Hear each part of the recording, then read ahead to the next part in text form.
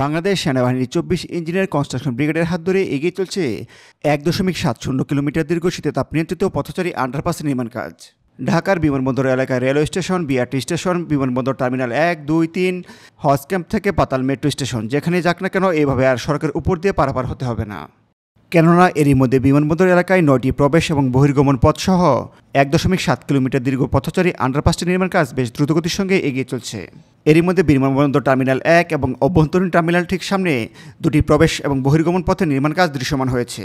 পাশাপাশি ঢাকা বিমানবন্দরের নতুন টার্মিনাল, বাংলাদেশ রেলওয়ের ঢাকা বিমানবন্দর রেলওয়ে স্টেশন এবং হজ ক্যাম্পে আরও ৩টি প্রবেশ এবং বহির্গমন পথের নির্মাণ কাজ এগিয়ে চলছে। সামনে বিমানবন্দর রেলওয়ে স্টেশন প্রবেশ এবং বহির্গমন পথটির নির্মাণ কাজের বেশ অগ্রগতি হয়েছে।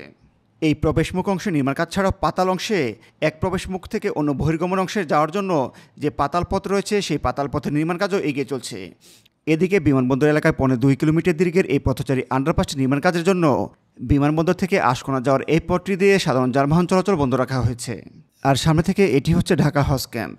সারা বাংলাদেশ থেকে হাজিরা হজে যাওয়ার আগে এখানে অবস্থান করেন। এই হজ ক্যাম্পের সামনেও একটি পাতাল পথের প্রবেশ এবং বহির্গমন পথের নির্মাণ কাজ শুরু হয়েছে।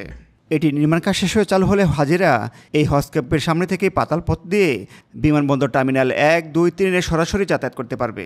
সুপ্রিয় দর্শক, এই ছিল বিমানবন্দর এলাকায় পাতাল পথ নির্মাণ কাজের অগ্রগতি নিয়ে আমাদের আজকের আয়োজন। ভিডিওটি শেষ পর্যন্ত দেখার জন্য আপনাকে অসংখ্য ধন্যবাদ।